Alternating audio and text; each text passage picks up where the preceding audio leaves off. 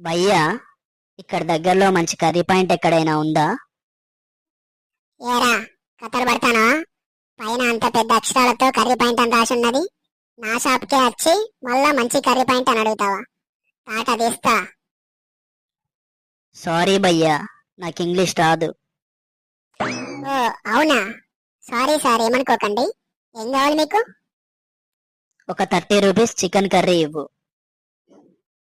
30 rupees కు chicken curry ఏంటి sir? Chicken shop లో చికెనే రాదు. అరే ఎర్రి పప్ప, చికెన్ కర్రీ ఇయ్యరా అంటే చికెన్ షాప్ గురించి చెప్తావు.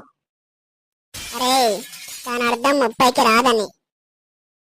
గట్లయితే ఒక 50 రూపాయల స్లీవ్లెస్ చికెన్ కట్టు. స్లీవ్లెస్ చికెనా? అరే తలమాషనోడా, బొక్క లేకుండా ముక్కనే ఉంటది కదా అది. స్లీవ్లెస్ కాదురా, బోన్లెస్ రా, బ్లడీ ఫుల్.